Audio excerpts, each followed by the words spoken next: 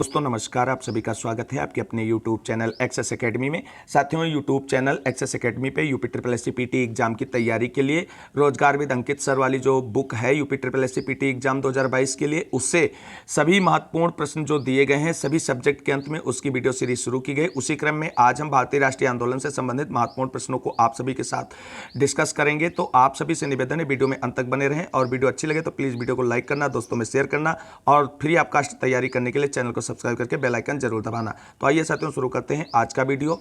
और सबसे पहले देखते हैं भारतीय राष्ट्रीय आंदोलन से संबंधित कुछ महत्वपूर्ण तथ्यों के बारे में, उसके बाद प्रश्नों को हल करेंगे। तो सबसे पहले देख लेते हैं महत्वपूर्ण पत्र पत्रिकाएं पुस्तकें और उनके लेखकों के बारे में। तो फ्री हिंदुस्तान के तारकनाथ दास लेखक हैं। द रिवोल्यूशनरी सचिंद्र सान्याल के द्वारा लिखी गई है। संवाद कौमुदी राजा राम मोहन राय के द्वारा लिखी गई है। सोम प्रकाश ईश्वर चंद्र विद्यासागर के द्वारा लिखी गई है।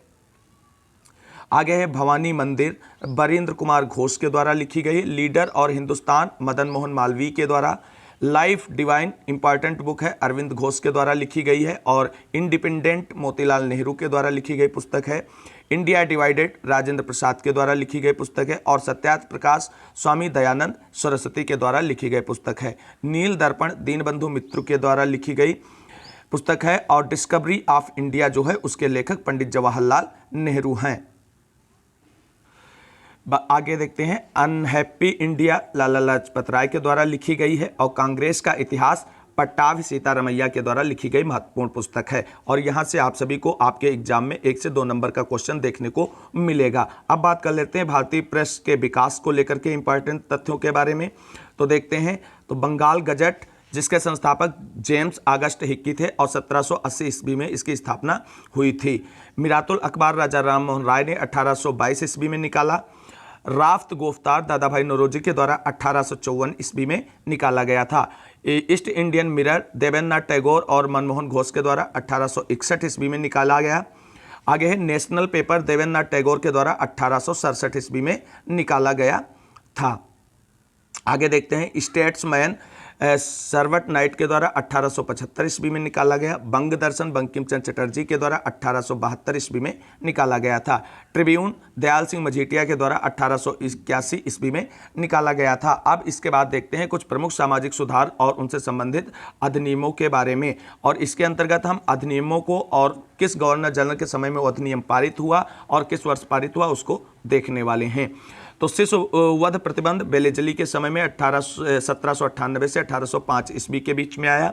सती प्रथा पर प्रतिबंध लॉर्ड विलियम बेटिंग ने 1829 के एक्ट के पारित करके लगा दिया था। और दास प्रथा पर प्रतिबंध एलन बरो ने 1843 ईस्वी में लगा दिया। हिंदू विधवा पुनर्विवाह अधिनियम लॉर्ड कैनिंग के समय 1856 ईस्वी में आया।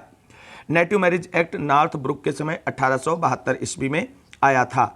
आगे है Age of Consent Act Lansdowne के समय 1891 ईस्वी में आया था। तो ये कुछ इंपॉर्टेंट फैक्ट थे भारतीय राष्ट्रीय आंदोलन से संबंधित और यहाँ से आपके 2 नंबर के पक्के होने हैं।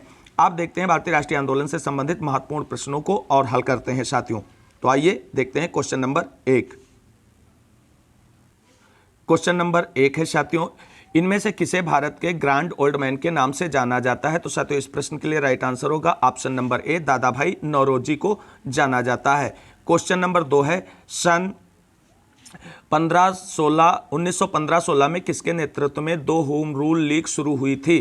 तो इस प्रश्न का राइट आंसर होगा ऑप्शन ए, एनी बेसेंट और लोकमान्य तिलक के द्वारा शुरू की गई थी। एक को पुणे होम रूल लीग कहते थे और दूसरे को मद्रास होम रूल लीग कहते थे। अब देखते हैं क्वेश्चन नंबर 3 और ये मिलान करने वाला है, तो मिलाएंगे उसके बाद देखेंगे कौन सा ऑप्शन इसमें सही होने वाला है। तो ब्रह्म समाज की स्थापना किसने की थी? राजा राम मोहन राय ने। रामकृष्ण मिशन की स्वामी विवेकानंद ने। आर्य समाज की स्वामी दयानंद सरस्वती ने। और सत्य शोधक समाज की स्थापना ज्योतिबा राव फुले ने की थी। तो इस प्रश्न का राइट आंसर हो जाएगा। अब देखते हैं पहले का तीसरा, दूसरे का बी का पहला और सी का दूसरा और डी का पांचवा। तो 31, 25 राइट आंसर होगा, ये देखना होगा अब ये किस ऑप्शन में आता है। तो क्वेश्चन नंबर 3 के लिए सही ऑप्शन चुनने के लिए अगले पेज पे जाते हैं। तो साथियों राइट आंसर होगा क्वेश्चन नंबर 3 के लिए, आप सभी लोगों ने अभी मिला दिया था, 31, 25 बनता है, तो ऑप्शन नंबर सी इस हिसाब से सही हो जाएगा। करो या मरो का नारा किसने दिया है साथियों? तो इस प्रश्न का राइट आंसर ऑप्शन डी हो जाएगा, महात्मा गांधी ने। आगे देखते हैं क्वेश्चन नंबर 5 सुभाष चंद्र बोस ने भारतीय राष्ट्रीय कांग्रेस के अध्यक्ष पद से इस्तीफा दिया, तो इस पद का प्रस्ताव किसे दिया गया? तो साथियों इस प्रश्न के लिए राइट आंसर होगा option number B, Pattabhi Sitaramayya का, लेकिन उन्होंने यह प्रस्ताव स्वीकार नहीं किया था।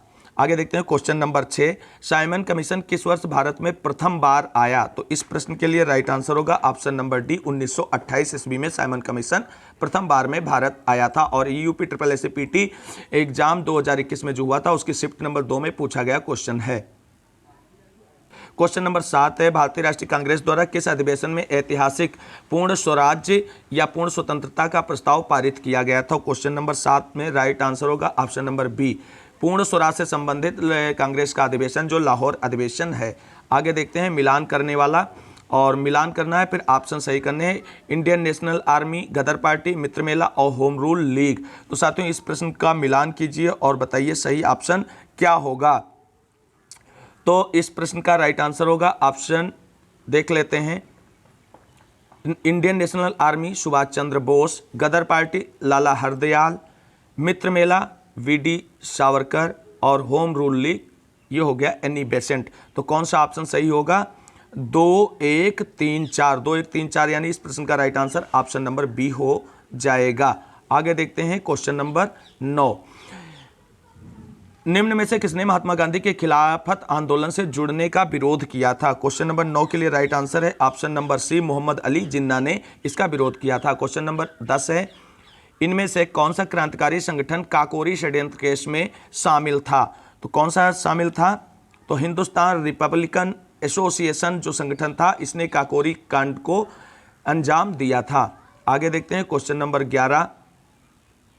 क्वेश्चन नंबर 11 है, निम्नलिखित में से किस अधिनियम ने केंद्र में द्वैध शासन प्रणाली को स्थापित किया? साथियों तो इस प्रश्न के लिए राइट आंसर होगा ऑप्शन नंबर ए, भारत शासन अधिनियम 1935 के द्वारा केंद्र में द्वैध शासन स्थापित किया गया था।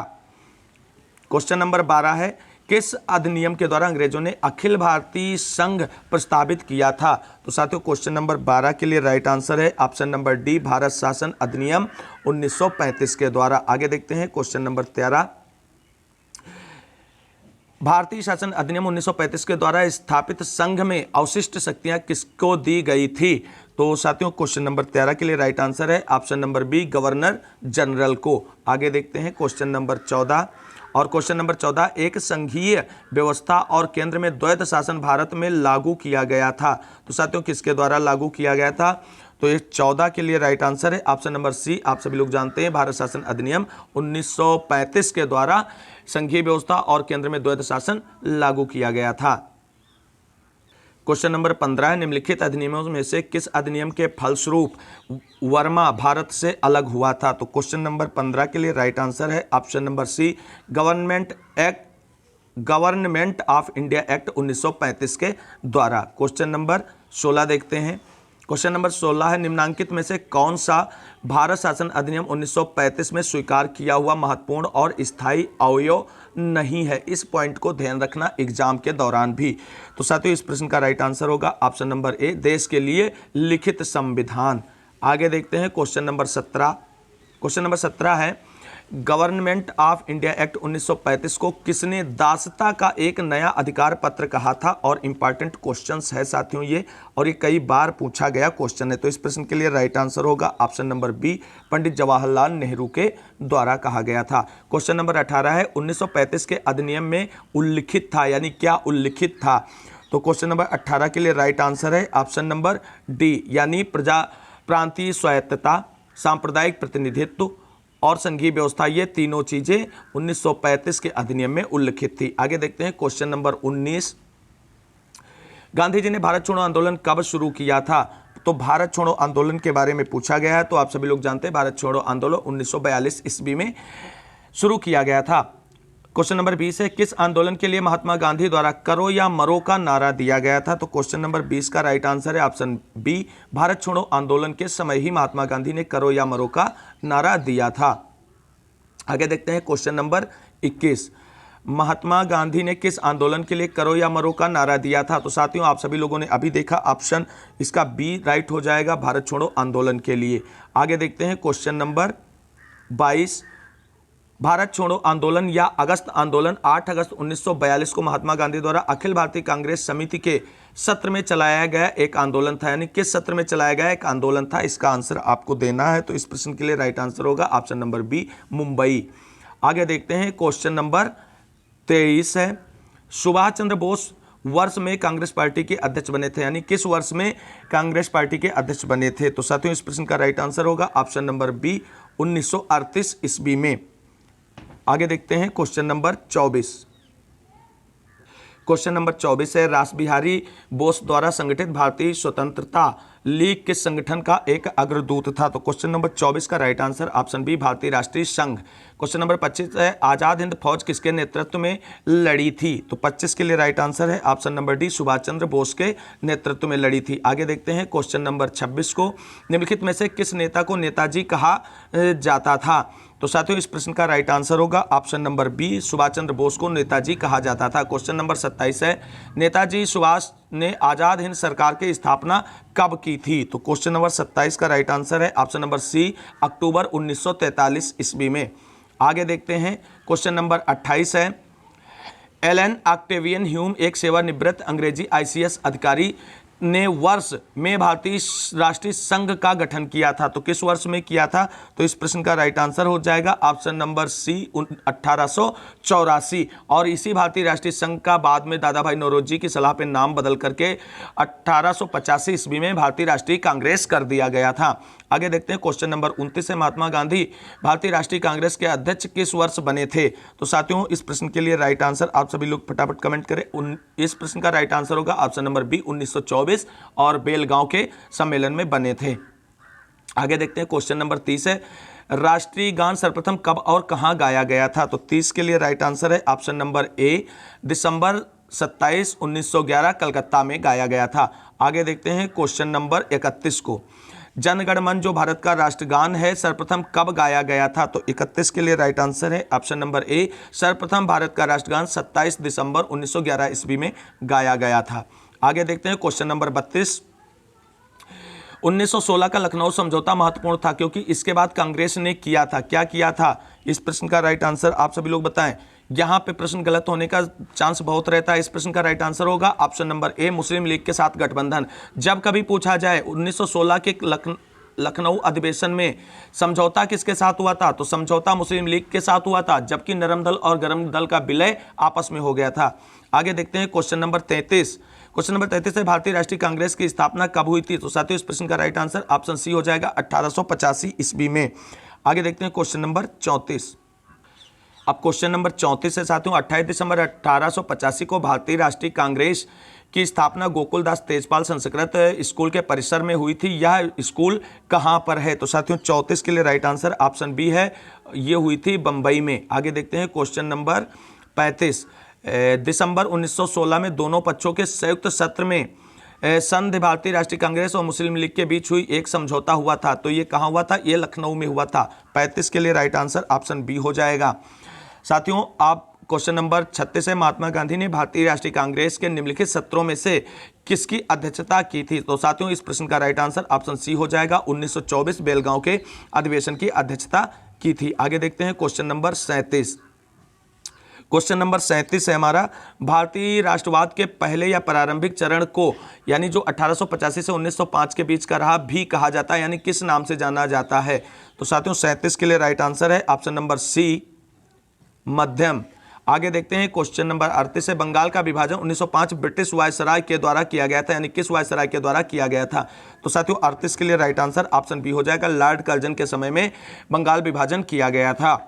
आगे देखते हैं क्वेश्चन नंबर 39, वर्ष 1905 ईस्वी में बंगाल के विभाजन के दौरान भारत के वायसराय कौन थे। तो जब बंगाल का विभाजन हुआ था उस समय भारत के वायसराय कौन थे, लॉर्ड कर्जन थे। कौन थे, लॉर्ड कर्जन। इसलिए इस प्रश्न का राइट आंसर ऑप्शन ए हो जाएगा।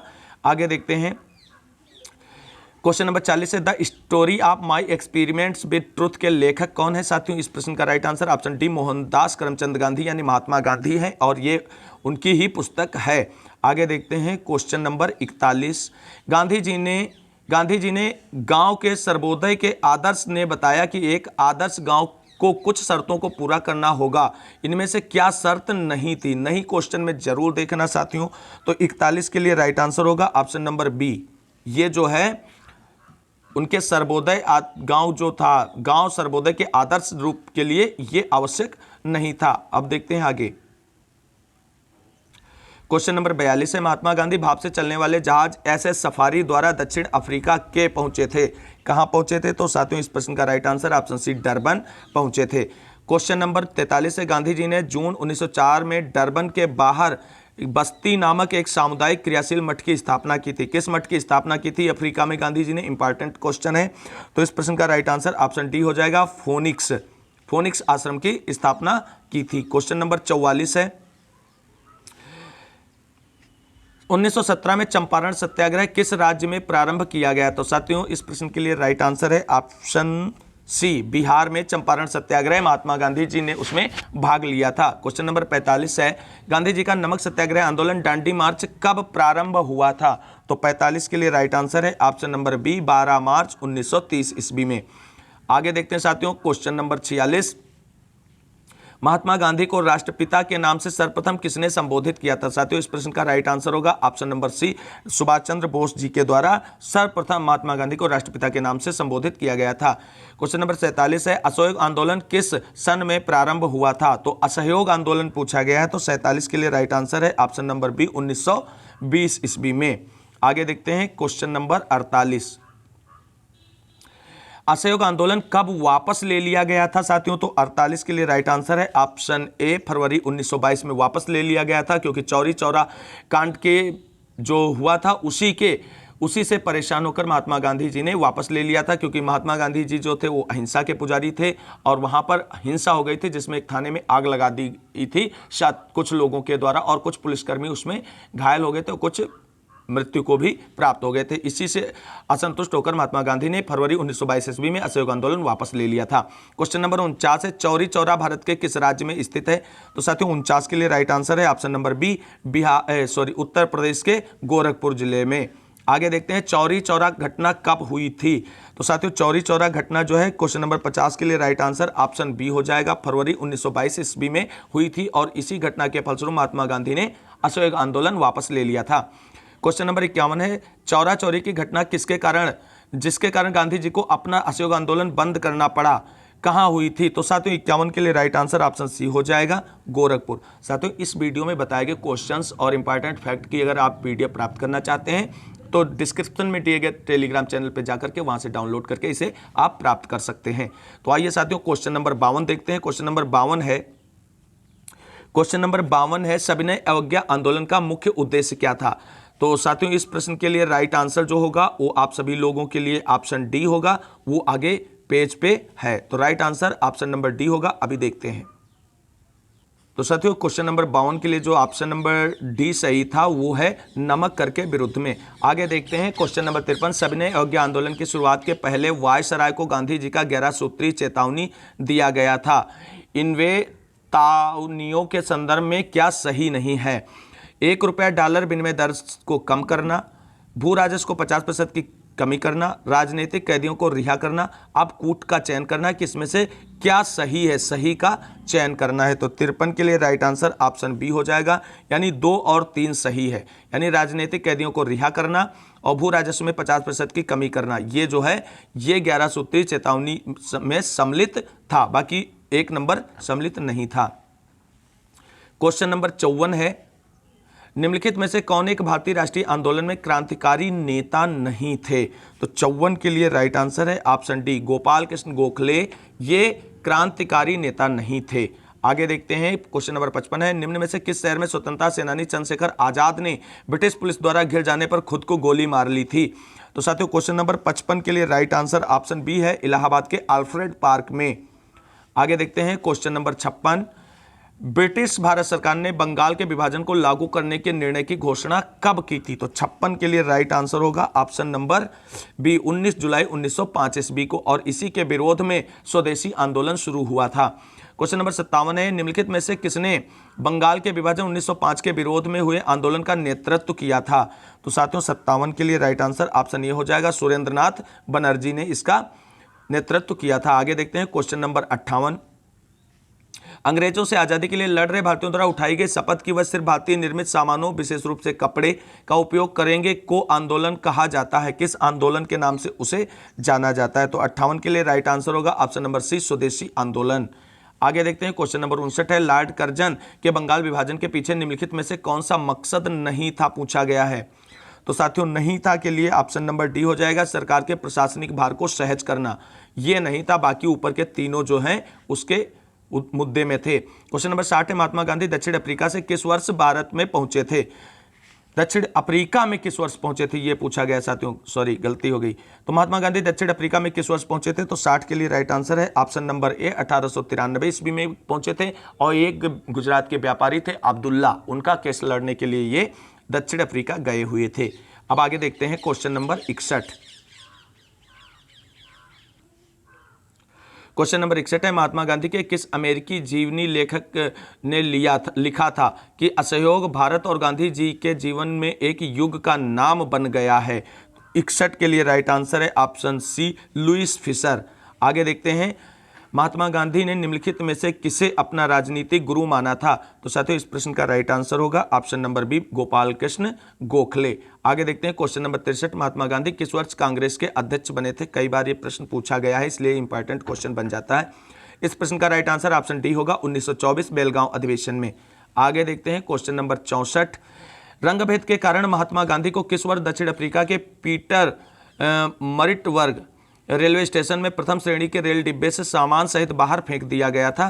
तो साथियों 64 के लिए राइट आंसर होगा ऑप्शन नंबर डी, 1893 ईस्वी में। क्वेश्चन नंबर 65 है, महात्मा गांधी द्वारा भारतीय राष्ट्रीय कांग्रेस के कितने अधिवेशनों का सभापतित्व किया गया था? यानी भारतीय राष्ट्रीय कांग्रेस के कितने अधिवेशनों के अध्यक्ष रहे थे? तो साथियों महात्मा गांधी सिर्फ और सिर्फ एक ही अधिवेशन के अध्यक्ष रहे थे, 1924 बेलगांव अधिवेशन के। क्वेश्चन नंबर 66 है, निम्नलिखित में से कौन सा गांधीवादी दर्शन का हिस्सा नहीं है? तो आप सभी लोग जानते हैं इस प्रश्न के ऑप्शन है अहिंसा, ब्रह्मचर्य, व्यवसाय और सत्याग्रह। तो क्वेश्चन नंबर 66 के लिए राइट आंसर ऑप्शन सी हो जाएगा, व्यवसाय नहीं था, बाकी सारे थे। क्वेश्चन नंबर 67 है, 1917 का डैश डैश डैश सत्याग्रह महात्मा गांधी का पहला सत्याग्रह था और भारतीय स्वतंत्रता आंदोलन में एक बड़ा विद्रोह था। तो 1917 में गांधी जी के द्वारा चंपारण सत्याग्रह किया गया था। तो इस प्रश्न का राइट आंसर ऑप्शन डी हो जाएगा, भारत में गांधी जी का पहला सत्याग्रह चंपारण में हुआ था। आगे देखते हैं क्वेश्चन नंबर 68 है, महात्मा गांधी ने सत्याग्रह सभा की स्थापना कब की थी? तो 68 के लिए राइट आंसर है ऑप्शन नंबर सी, फरवरी 1919 ईस्वी में। क्वेश्चन नंबर 69 है, महात्मा गांधी ने अर्थव्यवस्था की वकालत की थी, यानी कैसी अर्थव्यवस्था की वकालत की थी? तो 69 के लिए राइट आंसर हो जाएगा ऑप्शन नंबर सी, विकेंद्रीकृत अर्थव्यवस्था की वकालत की थी। आगे देखते हैं क्वेश्चन नंबर 70 है, महात्मा गांधी के लिए डैश डैश डैश भारतीय मानवता की एकता, इसकी आर्थिक स्वतंत्रता और समानता का प्रतीक था। तो 70 के लिए राइट आंसर आपका हो जाएगा option number A, khadi. Question number 71 है, इनमें से कौन सा महात्मा गांधी का आर्थिक विचार नहीं है? ऑप्शन ए, गैर हिंसक अर्थव्यवस्था, और ऑप्शन बी, विकेंद्रीकरण कुटीर उद्योग, ऑप्शन सी, मशीनरी और नवीनतम तकनीक का अधिकतम उपयोग, और ऑप्शन डी, गांवों एवं गांव सर्वोदय का पुनर्जन्म। तो क्वेश्चन नंबर 71 के लिए राइट आंसर होगा option number C. Question number 72 है, निम्नलिखित में से किस क्रांतिकारी द्वारा the Philosophy of the Bomb नाम प्रसिद्ध लेख लिखा गया? तो साथियों इस प्रश्न के लिए राइट आंसर ऑप्शन बी होगा, भगवती चरण ओहरा के द्वारा। तो 72 के लिए राइट आंसर ऑप्शन बी हो जाएगा।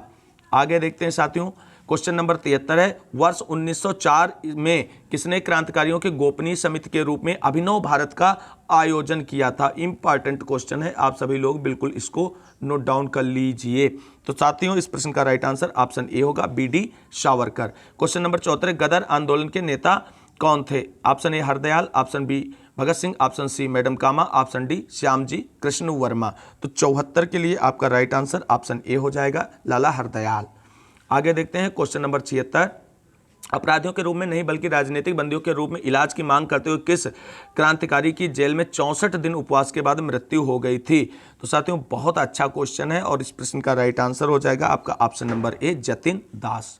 आगे देखते हैं क्वेश्चन नंबर 76 है, 1908 ईस्वी में खुदीराम बोस और प्रफुल्ल चाकी ने मुजफ्फरपुर में किस ब्रिटिश जज पर बम मारा एवं उसे मारने का प्रयास किया जो पहले कलकत्ता के मुख्य प्रेसिडेंसी मजिस्ट्रेट थे? तो साथियों 76 के लिए राइट आंसर होगा आपका ऑप्शन नंबर बी, किंग्सफोर्ड।